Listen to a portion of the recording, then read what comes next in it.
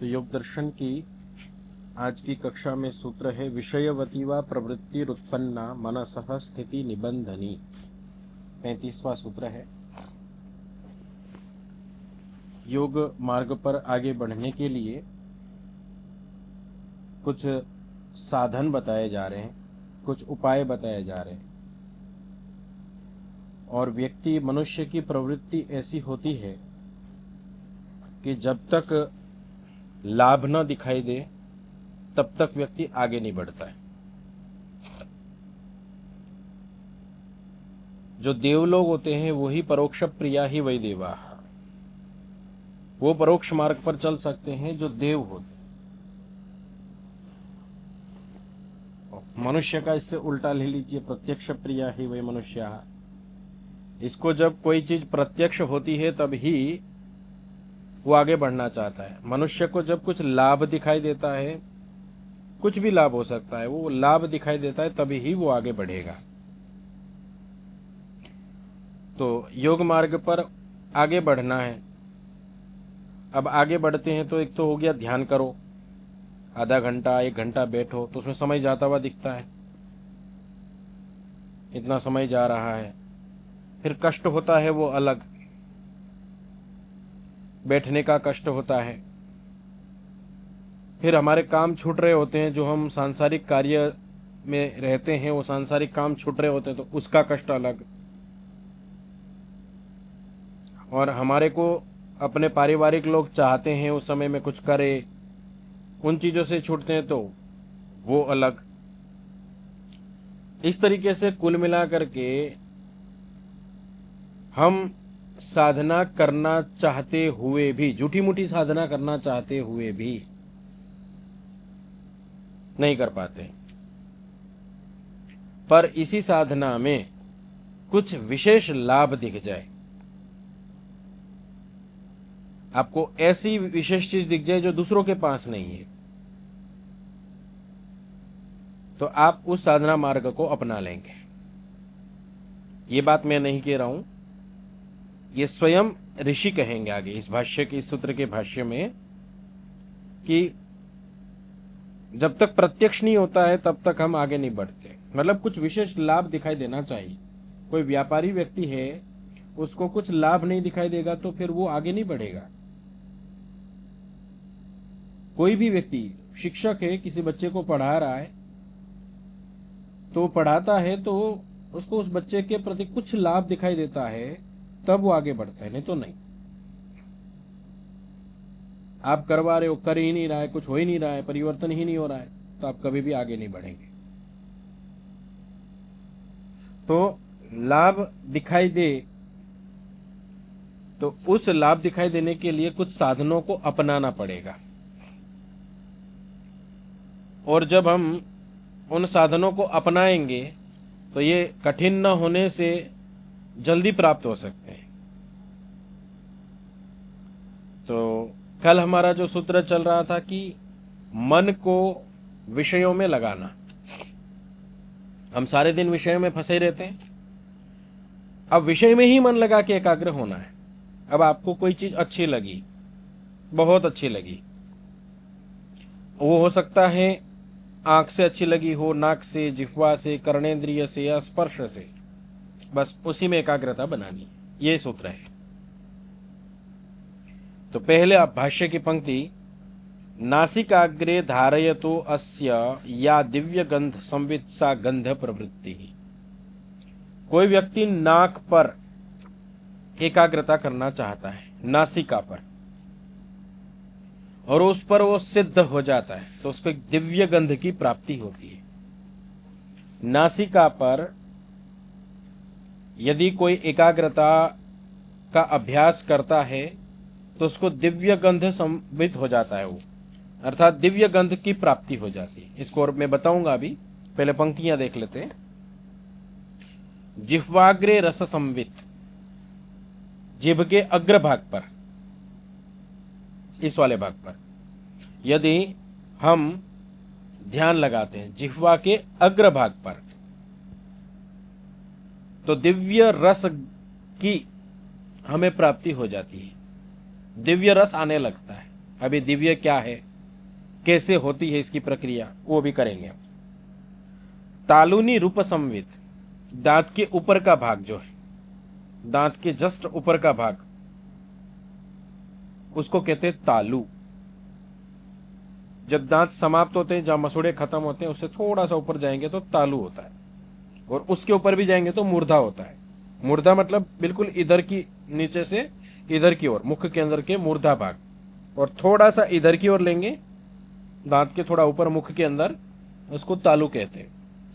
उस तालु के ऊपर यदि ध्यान एकाग्र किया जाए तो दिव्य रूप दिखने लगेंगे, दिव्य रूप की प्राप्ति होगी। जिह्वा मध्य स्पर्श संवित, और जिह्वा के बीच में, जिभ के बीचों बीच भाग में यदि ध्यान लगाया जाए तो दिव्य स्पर्श की प्राप्ति होगी, दिव्य स्पर्श का अनुभव होगा।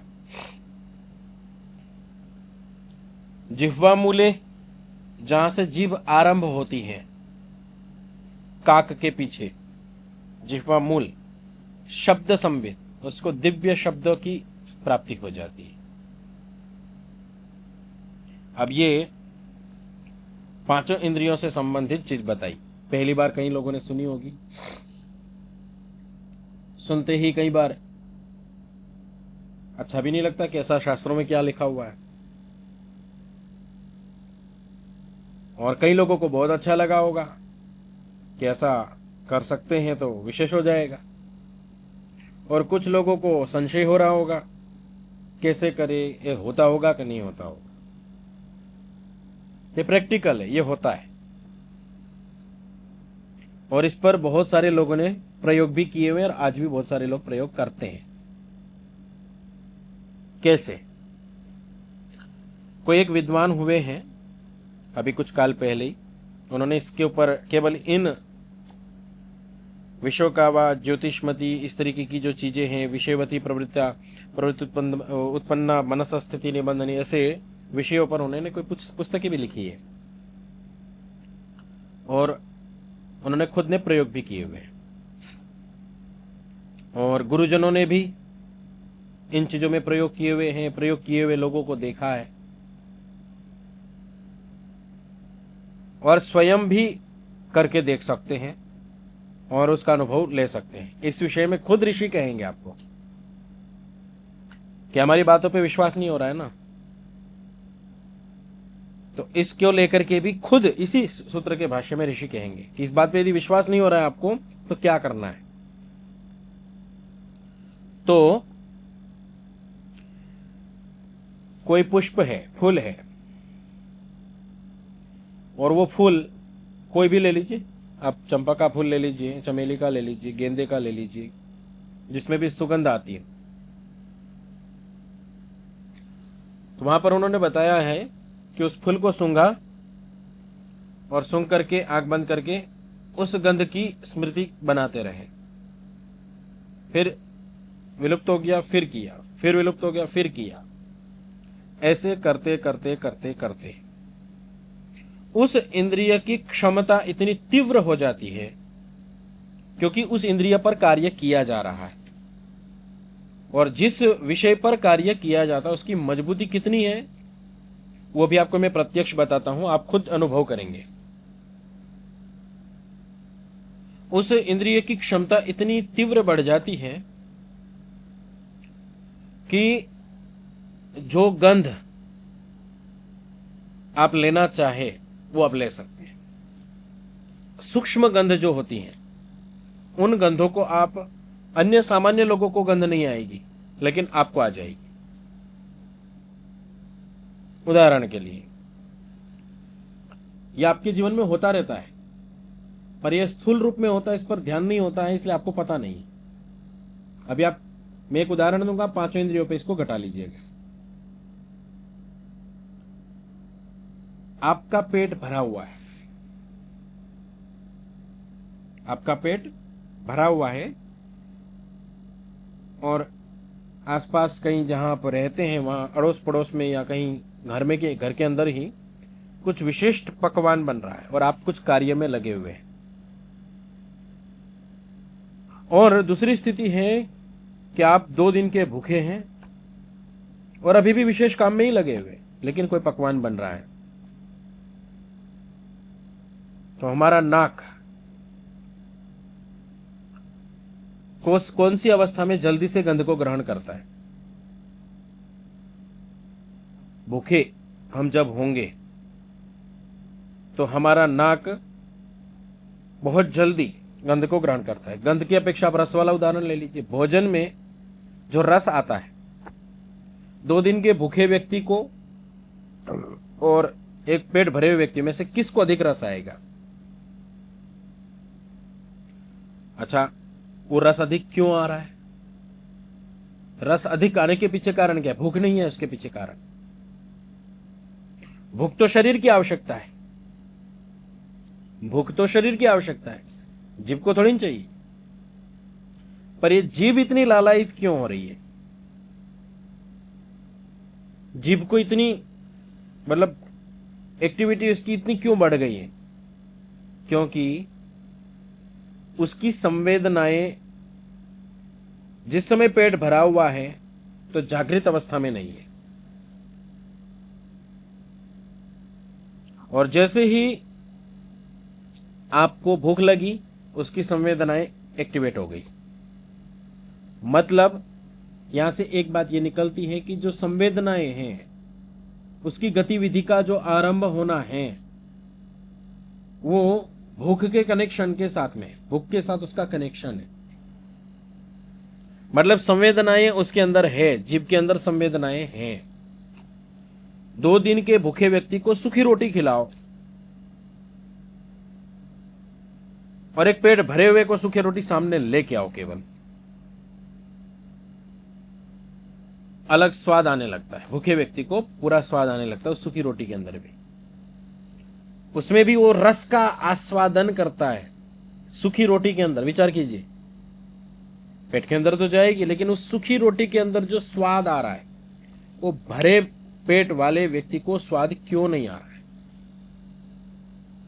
मतलब इसमें संवेदनाएं हैं, इसमें सेंसर्स है जो आपकी विशेष परिस्थिति में एक्टिवेट हो गए हैं। तो ये जो सेंसर है ये विशेष परिस्थिति में आप और भी इसको तीव्र कर सकते हैं, उन्नत कर सकते हैं। वो कैसे? तो हम जिस समय रस का आस्वादन कर रहे हैं उस समय एकाग्रता बनाएं और उसको स्मृति में लेकर के आए। स्मृति में लेकर के आएंगे आपको फिर से रस का आस्वादन होने लगता है।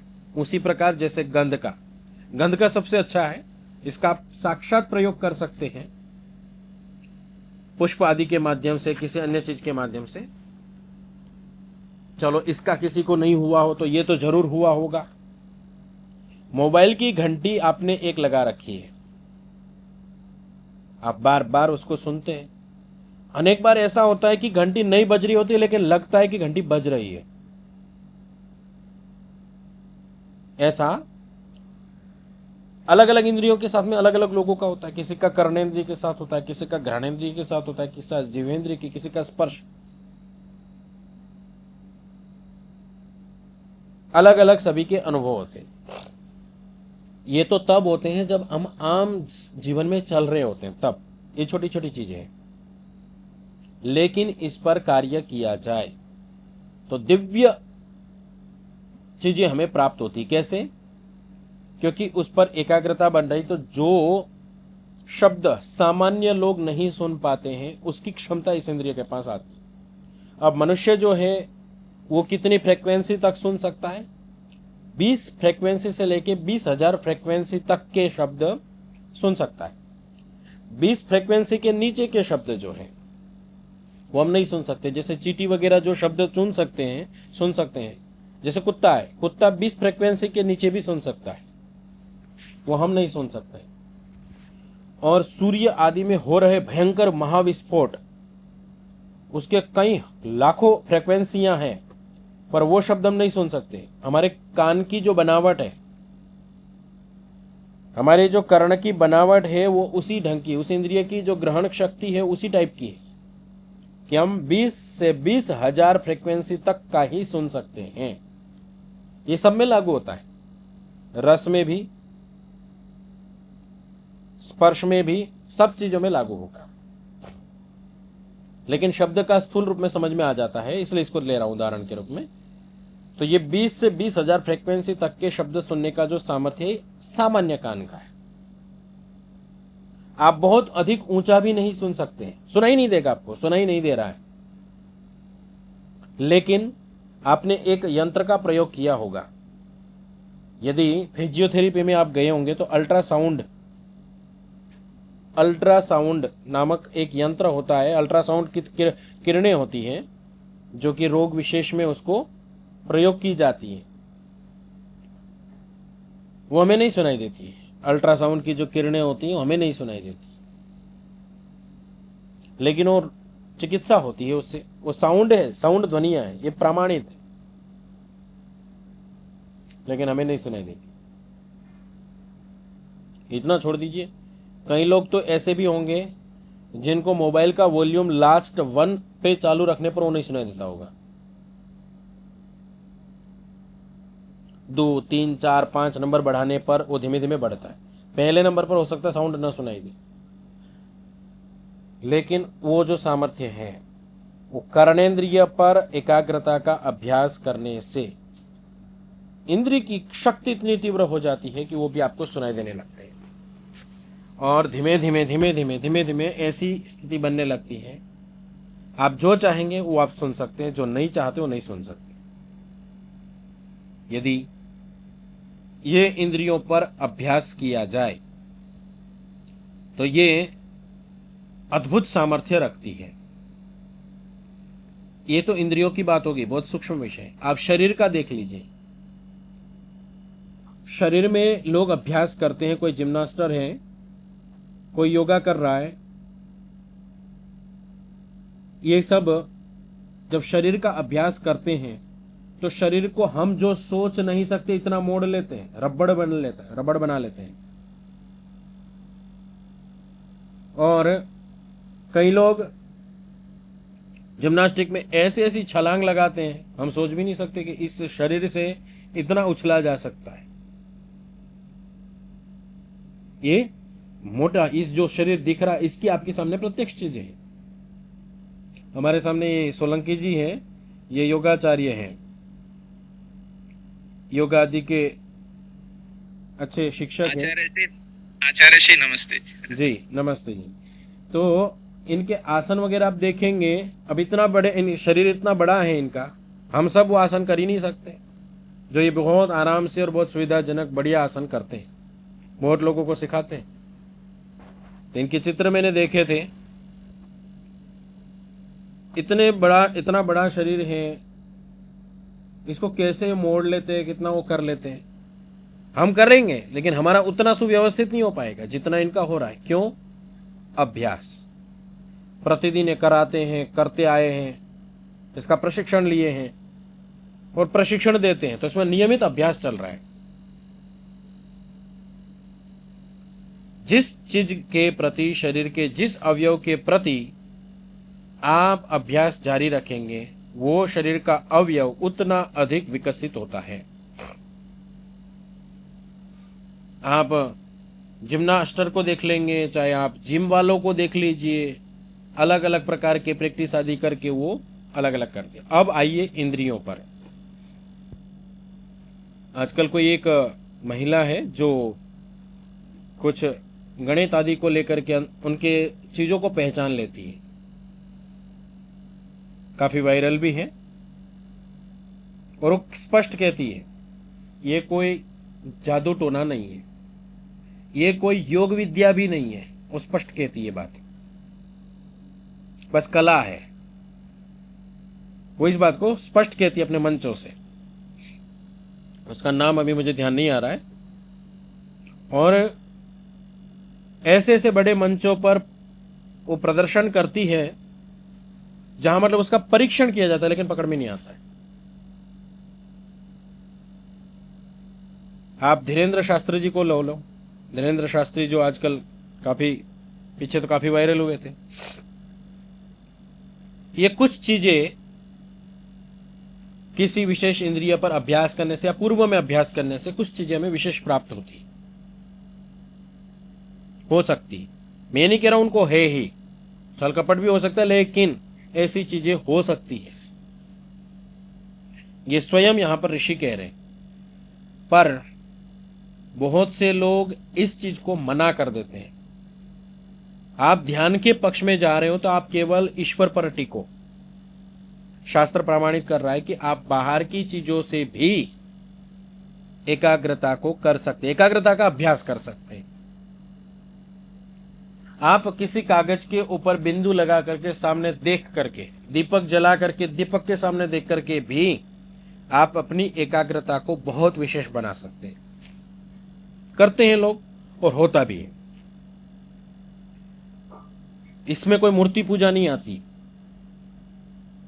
मूर्ति पूजा तो उसको कहेंगे जो जड़ उपासना कर रहा है, उसको ईश्वर मान रहा है, उसका फिर खाना पीना सब खिला रहा है उस जड़ को, वो मूर्ति पूजा होगी। ये तो आपकी एकाग्रता का अभ्यास है, और एकाग्रता का अभ्यास प्रमाणित है कि शास्त्र खुद कह रहा है।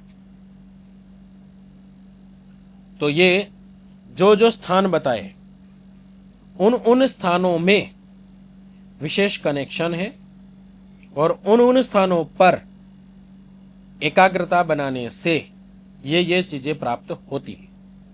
अब इन्होंने बातें तो बोल दी, फिर आगे कुछ और बातें बोल रहे। बोले ये करने से होगा क्या? तो बोला था जिह्वा मूले शब्द संवित इति एता वृत्तयः उत्पन्नाः चित्तम स्थितो निबध्नन्ति। चित्त को एक स्थिति में बांधती है। ये जो प्रयोग है, ये एकाग्रता है, ये क्या करेगी? एक स्थिति में बांधती है हमें। आपको यहां ही रहना है, ऐसे एक चीज से जोड़ देती है। संशयम विधमंती, और संशयों को नष्ट करती है। संशय मतलब सारे शास्त्रों के संशय नहीं, जीवन के संशय नहीं। इससे संबंधित जितने संशय थे उनको नष्ट करने में प्रवृत्त हो जाती है हमारी एकाग्रता। और सबसे बड़ा लाभ समाधि प्रज्ञायाम च द्वारी भवंती। समाधि की ओर बढ़ने के लिए द्वार खुलवा देती है, दरवाजे खोल देती है कि अब आप एंट्री कर सकते हो समाधि के लिए, क्योंकि एकाग्रता की स्थिति बन रही है आपकी।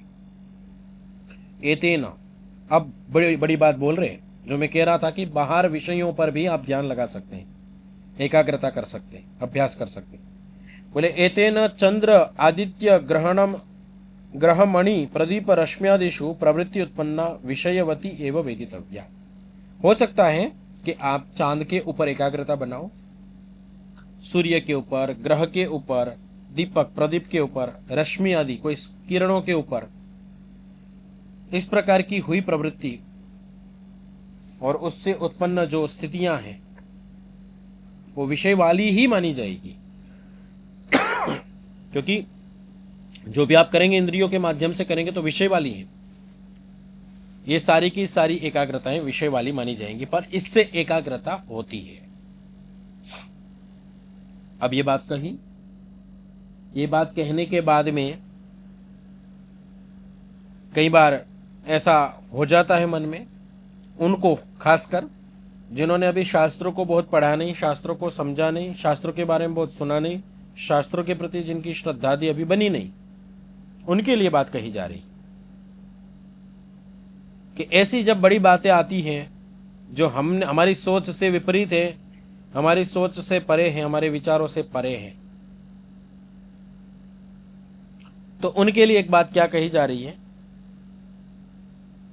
कि ऐसा व्यक्ति सोचता है कि ये होगा नहीं होगा, कहीं बोलेंगे तो ऐसे ही है, ऐसी बातें हो रही हैं, तो उनके लिए कह रहे यद्यपि ही तत्त शास्त्र अनुमान आचार्योपदेश ही अवगतम अर्थतत्वम सद्भूतमेव भवति।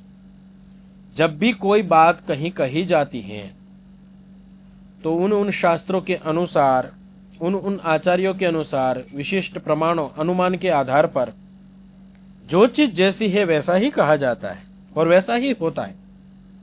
एतेषाम यथार्थ भूतार्थ प्रतिपादन सामर्थ्यात्। ऐसा क्यों? क्योंकि जो गुरु है, जो आचार्य है, जो शास्त्र है, जो उपदेशक है, इनके पास ऐसा सामर्थ्य होता है कि वो इन चीजों को प्राप्त किए होते हैं, तब अगलों को बताते हैं। इस पर कुछ प्रयोग किए होते हैं, तब उस परंपरा में आगे बढ़ते हैं।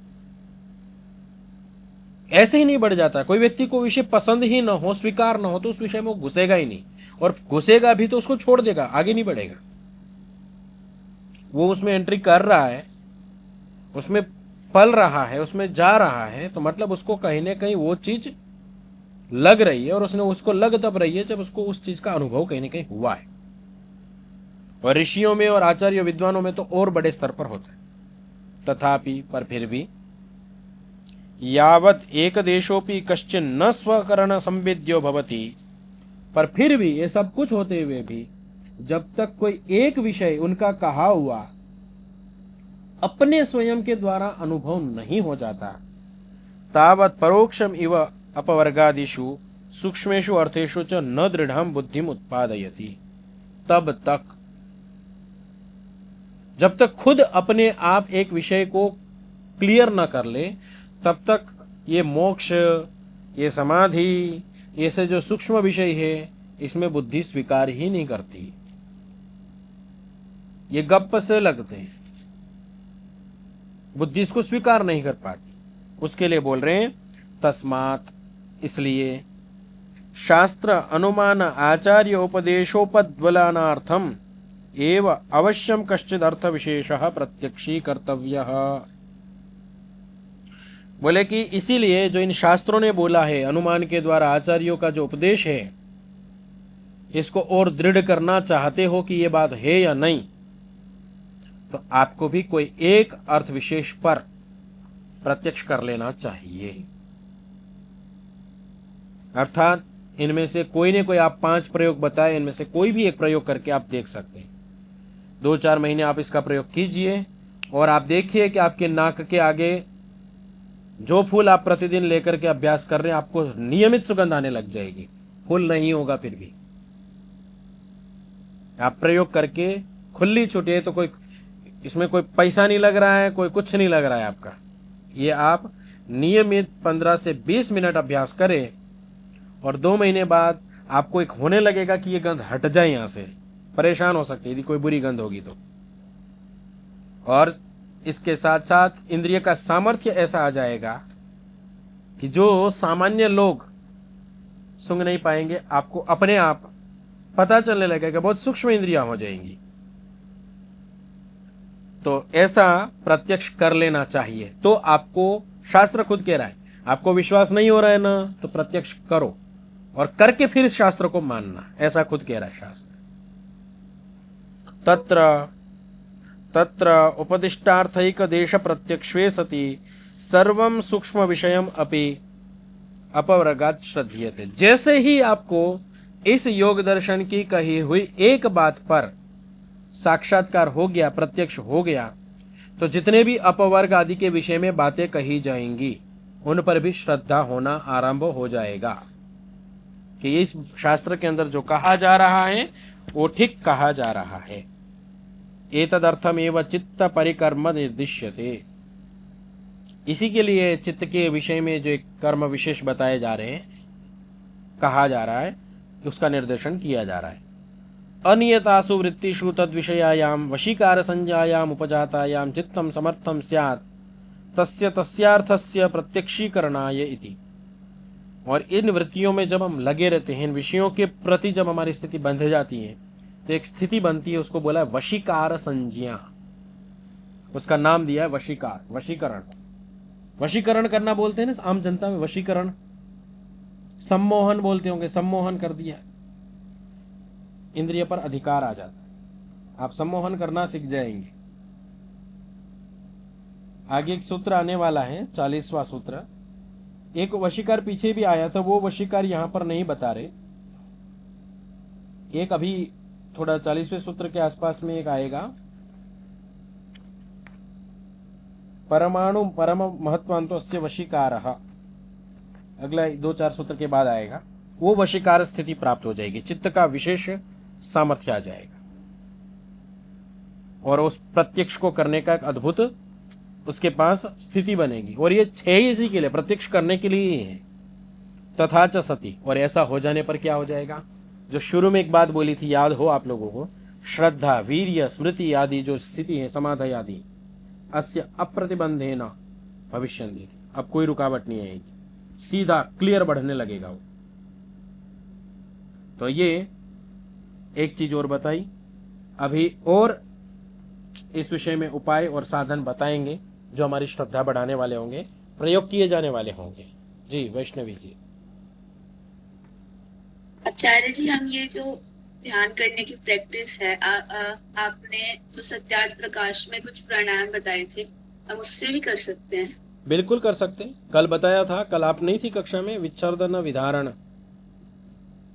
मैं शायद थी कल हाँ, कक्षा में। तो उसमें कल बताया था, विच्छर्दन विधारणाभ्यम व प्राणस्य, पहला, इससे पहला वाला सूत्र जो था, प्राणों को एक साथ निकाल देना और फिर रोक के रखना, ये भी मन को एकाग्र बनाने में बहुत बड़ा साधन बताई गई है। आचार्य जी, मैंने पिछले साल किया था।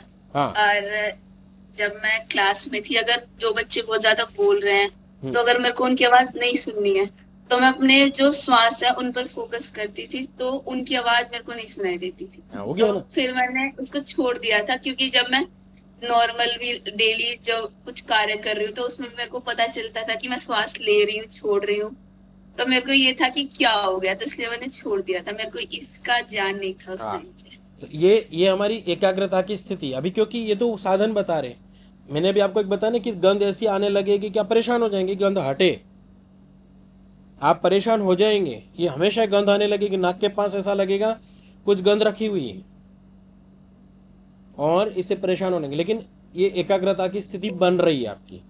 अब इसको आप भिन्न भिन्न स्थितियों में प्रयोग करते हुए आगे बढ़ना है। ये अभी तो साधन है, स्टार्टिंग है, अभी हमें जहां जाना वो लक्ष्य अलग है। तो ये तो हमारे को एक फोकस बन गया, तो आपको ये तो प्रत्यक्ष हुआ कि हम एकाग्र हो सकते हैं। तो अभी और एकाग्रता की स्थिति के लिए और नए नए साधन बताए, इन पे भी आप प्रयोग कर सकते हैं। आप समय है 15-20 मिनट रोज आप बैठती हैं, ध्यान करती हैं, तो लीजिए कुछ ऐसी चीज ले लीजिए, आप देखना कितनी अंतर आ जाएगा। मेरा एक जब योग दर्शन में पढ़ता था तो गंध के ऊपर मैंने किया था कि मैं गंध को लेकर के करूंगा। ये कोई भी कर सकता है, आम कोई भी व्यक्ति कर सकता है, जिसको शास्त्रों का ज्ञान है वो भी कर सकता है। तो मैं प्रतिदिन वहाँ, एक हम जाते थे, ये इत्यादि के समय, एक फूल मिलता था, एक फूल तोड़ लेता था उसको और हाथ में रख लेता था, उसको बीच बीच में सूंघता था और उस गुंद को याद करता था। मेरे को आज तक भी, मतलब उसके बाद मैंने प्रैक्टिस नहीं की है, लेकिन मैं उसको याद करता हूँ, उस फूल को, मेरे को सुगंध आनी शुरू हो जाती है अभी भी। तो वो याद करना, वो एक एकाग्रता तुरंत, मतलब उस एकाग्रता को बनाने के लिए मेरे को पुरुषार्थ करने की जरूरत ही नहीं पड़ती है। बस ध्यान लिया, वो गंध आनी शुरू हो जाती है। इतनी तीव्रता आ जाती है एकाग्रता में, मतलब एक क्षण में एकाग्रता बनती है। तो ये एक विषय से निकलते हुए फिर हमें जाना होता है कि हमारी एकाग्रता ऐसे बने। अब हमें विश्वास होता है कि हाँ एकाग्रता हो सकती है, ये विश्वास आ जाता है, और जब ये विश्वास आ जाएगा तो फिर हमारे अपने आप श्रद्धा बनने लगती है। अभी इस विषय में आचार्य जी, उसमें ये भी था कि मैं अपनी आत्मा को और जो अपना मन है उसको अलग अलग मतलब फील कर सकती थी उस टाइम। मैंने तब उसके बाद से छोड़ दिया था, तो अब तो नहीं है। हाँ, तो वो वही होता है। इन जो प्रक्रियाएं करते हैं इनको लंबा सतु दीर्घकाल निरंतर सत्कारा सेविता, ये सूत्र आया था, निरंतर और लंबे काल तक करना होता। और मैंने आपको उस समय में बोल दिया था, शायद आपको बोला था कि मैंने यहाँ किसी को बोला था कि एक बेटी पढ़ती है वैष्णवी और इसकी अध्यात्म में विशेष रुचि है, यदि वो प्रैक्टिस करेगी तो बहुत आगे जाएगी। शायद मैंने आपको बोला या मैंने यहाँ किसी को बोला था। तो आपकी समय आपकी शंकाएं, आपके प्रश्न थे, तो मैंने उसको उस रूप में बोला था, और आप कर रही थी उस समय, करते रहते, अभी भी कर सकते। एकाग्रता इतनी अद्भुत हो जाएगी, आपकी जो दूसरी पढ़ाई है, आप अन्य किसी भी क्षेत्र में जाना चाहते हैं, आपको बहुत अच्छा बोध होने लगेगा हर चीज का। यह आवश्यक नहीं है कि हर क्षेत्र आपका अच्छा हो जाए, पर आप जिस चीज को पकड़ेंगे उसमें आप बहुत गहराई से चले जाएंगे, ये आपके अंदर आ जाएगा। ठीक है, अभी इस विषय में जो भी अन्य कोई प्रश्न होंगे, ज्योति जी आप भी कल पूछ लेना, तो आज तो समय हो गया, अभी यज्ञ में जाना है मुझे। ठीक है। ओम शांति शांति शांति। नमस्ते। नमस्ते आचार्य जी।